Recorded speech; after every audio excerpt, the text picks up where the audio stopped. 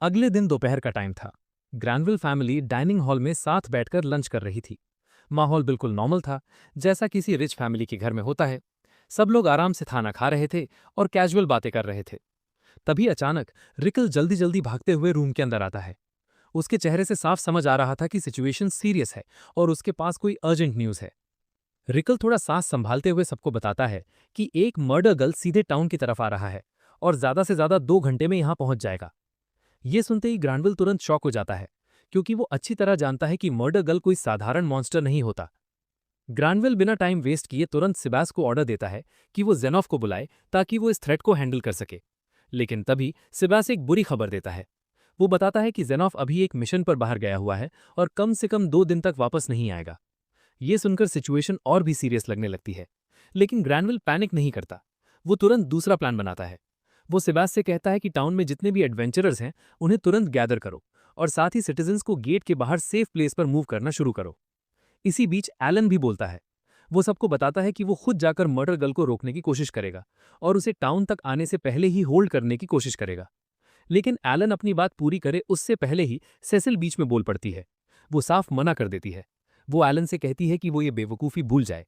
Elon उसका मर्न servant है और वो उसे जानबूझकर डेंजर में नहीं भेजेगी।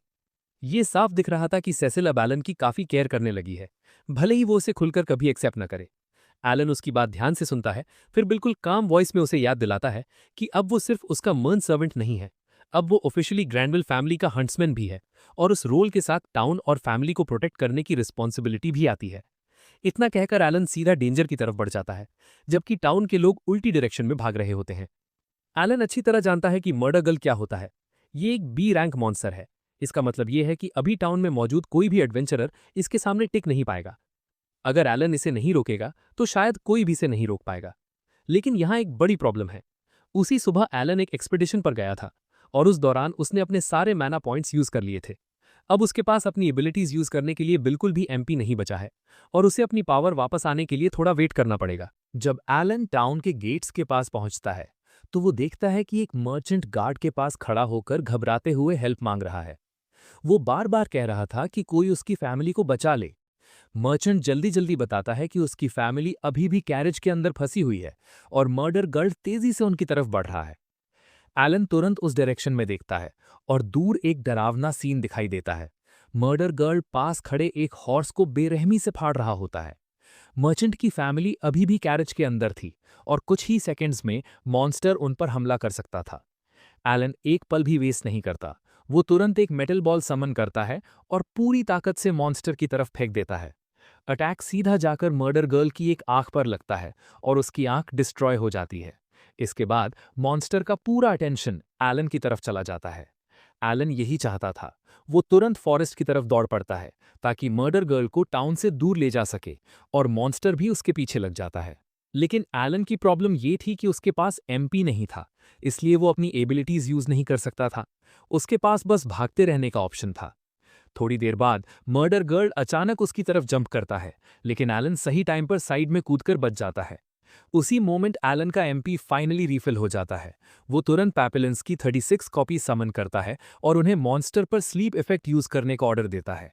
लेकिन सरप्राइजिंगली स्लीप इफेक्ट काम नहीं करता। वो और बटरफ्लाई समन करता है, पर मॉन्स्टर पर उसका भी कोई असर नहीं होता। ये देखकर एलन शॉक्ड रह जाता है। आखिर में वो फॉरेस्ट के अंदर और गहराई में भागता रहता है। घंटों तक चेस चलता रहता है, लेकिन एलन को थोड़ा सेटिस्फैक्शन होता है कि वो मॉन्स्टर को टाउन से काफी दूर ले आया है और टाउन के लोग अब सेफ हैं।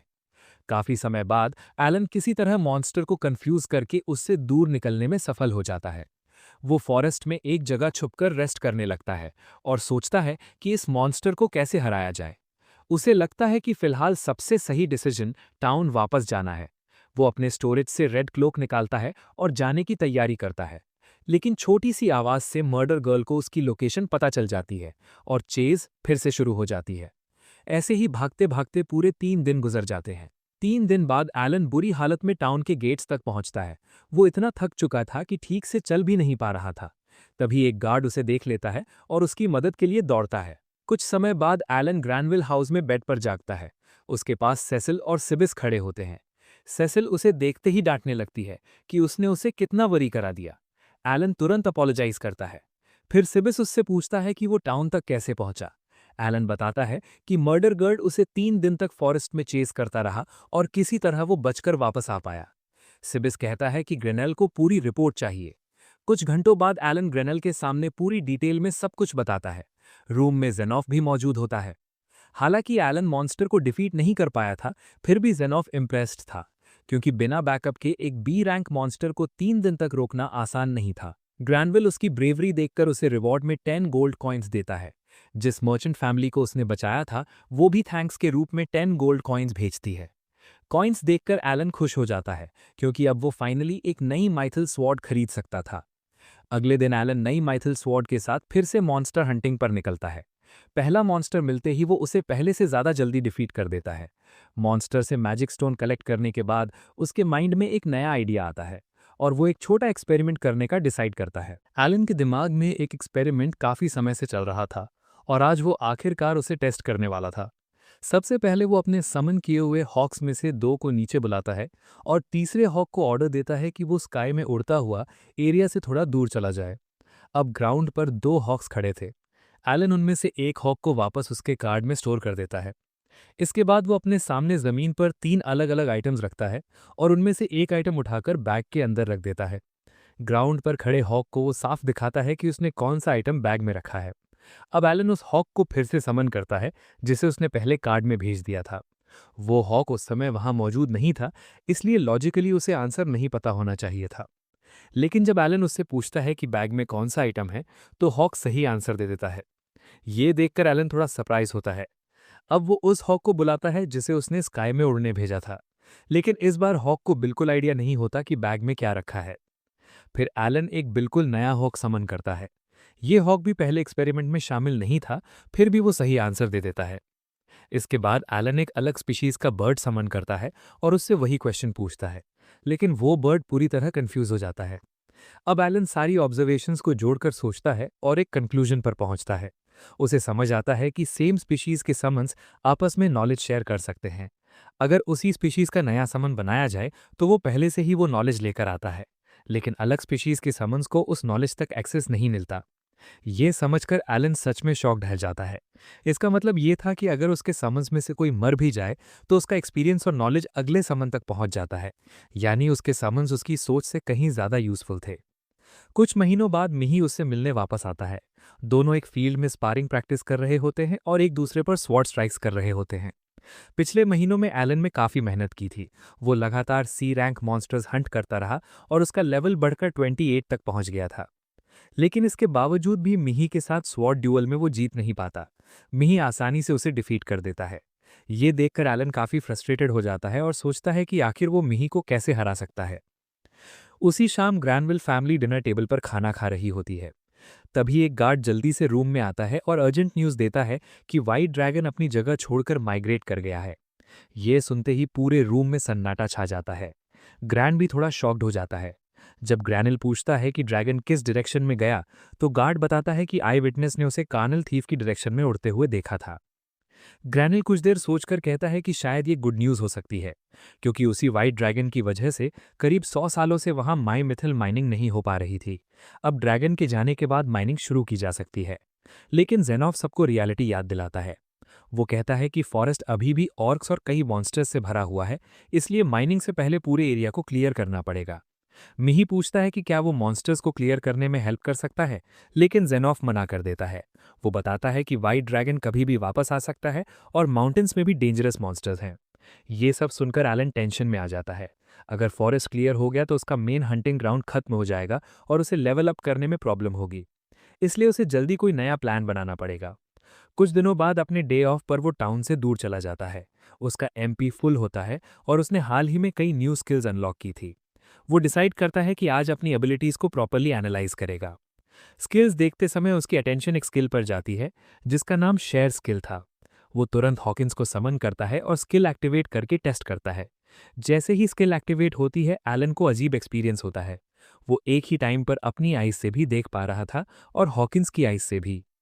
इसके बाद उसे पता चलता है कि वो सिर्फ विजन ही नहीं, बल्कि समन्स की स्पेशल एबिलिटीज भी शेयर कर सकता है। ये समझते ही उसे एहसास होता है कि ये स्किल कितनी पावरफुल है। वो एक साथ 4 हॉकिन्स समन करके स्किल को ट्राई करता है और सरप्राइजिंगली ये भी काम कर जाता है। अब एलन और भी एक्साइटेड हो जाता है और एक्सपेरिमेंट को आगे बढ़ाने की कोशिश करता है। एलन एक्साइटमेंट में ये टेस्ट करने लगता है कि वो एक ही टाइम पर कितने समन्स के साथ शेयर स्किल यूज कर सकता है। वो एक साथ कई समन्स के साथ कनेक्ट करने की कोशिश करता है, लेकिन अचानक उसके सिर में तेज दर्द शुरू हो जाता है। उसे शार्प माइग्रेन महसूस होता है और दर्द इतना ज्यादा होता है कि उसे एक्सपेरिमेंट तुरंत रोकना पड़ता है। कुछ देर बाद जब दर्द कम होता है तो वो सोचता है और कैलकुलेशन करता है। उसे पता चलता है कि फिलहाल वो मैक्सिमम 5 समन्स के साथ ही शेयर स्किल सेफली यूज कर सकता है। लेकिन ये बात उसे अजीब लगती है, क्योंकि वो एक साथ 50 क्रीचर्स समन कर सकता है, तो शेयर स्किल सिर्फ 5 के साथ ही क्यों काम कर रही है। आंसर ढूंढने के लिए एलन अपना ग्रिमोर खोलता है और अपने स्टैट्स देखता है। वहां उसे पता चलता है कि उसका इंटेलिजेंस स्टैट 1111 है, और यही स्टैट डिसाइड करता है कि शेयर स्किल कितने समन्स तक काम कर सकती है। एक्सपेरिमेंट को आगे बढ़ाने के लिए वो 6 इंटेलिजेंट बर्ड्स समन करता है। बर्ड्स के आते ही उसका इंटेलिजेंस स्टैट बढ़कर 1250 हो जाता है। अब जब वो शेयर स्किल यूज करता है तो इस बार वो 6 समन्स के साथ कनेक्ट कर पाता है। तब उसे समझ आता है कि समनर क्लास को हाई इंटेलिजेंस स्टैट के साथ क्यों डिजाइन किया गया था। कुछ समय पहले एलन ने डैंक मॉन्स्टर समन करने की एबिलिटी भी अनलॉक की थी। वो कुछ डैंक मॉन्स्टर्स समन करके उन पर भी शेयर स्किल टेस्ट करता है, और स्किल उन पर भी परफेक्टली काम करती है। अब एलन को एक बड़ा आइडिया आता है। उसे समझ आता है कि अब उसे खुद जाकर मॉन्स्टर्स हंट करने की जरूरत नहीं है। वो दूर बैठकर अपने समन्स को गाइड करता है और उसके समन्स आसपास के मॉन्स्टर्स को एक एक करके डिफीट करने लगते हैं। एक्सपेरिमेंट बिल्कुल वैसे ही काम करता है जैसा एलन ने सोचा था। इसी दौरान उसका ध्यान अपने एक नए समन टैटरैट पर जाता है। इस समन के पास एक स्पेशल एबिलिटी होती है जो एमपी रिस्टोर कर सकती है। एलन उसे एबिलिटी यूज करने को कहता है। टैटरैट तुरंत एक छोटे फ्रूट में ट्रांसफॉर्म हो जाता है। एलन जैसे ही उस फ्रूट को हाथ में लेता है, वो डिसॉल्व होकर उसके अंदर अब्जॉर्ब हो जाता है, और उसी मोमेंट उसका एमपी पूरा रिफिल हो जाता है। ये डिस्कवरी बहुत बड़ी थी। अब एलन का प्लान क्लियर हो जाता है। उसके समन्स मॉन्स्टर्स हंट करेंगे और टैटरैट उसकी एमपी बार बार रिफिल करता रहेगा। यानी अब वो पूरे महीने मॉन्स्टर्स फार्म कर सकता है और उसे बाहर जाने की भी जरूरत नहीं पड़ेगी। ये सोचकर एलन खुश हो जाता है। लेकिन समन्स भेजने से पहले वो एक इंपॉर्टेंट रूल बनाता है। वो सभी समन्स को ऑर्डर देता है कि वो किसी भी ह्यूमन एडवेंचरर के पास नहीं जाएंगे। अगर कोई ह्यूमन उन पर अटैक भी करे तो भी वो फाइट बैक नहीं करेंगे। किसी भी सिचुएशन में ह्यूमन से फाइट करना अलाउड नहीं होगा। घर लौटते समय एलन को एक और आइडिया आता है। वो अपने एक फ्लाइंग समन को कंट्रोल करके अपने घर की तरफ भेजता है और उसकी आईज से घर को देखता है। सबसे पहले उसे क्रीना और डोगोरा दिखाई देते हैं, जो स्पारिंग प्रैक्टिस कर रहे होते हैं। फिर वो अपने फादर को फील्ड में काम करते हुए देखता है। फिर हाउस के अंदर उसकी मदर और मुआ अपने डेली वर्क में बिजी दिखाई देते हैं।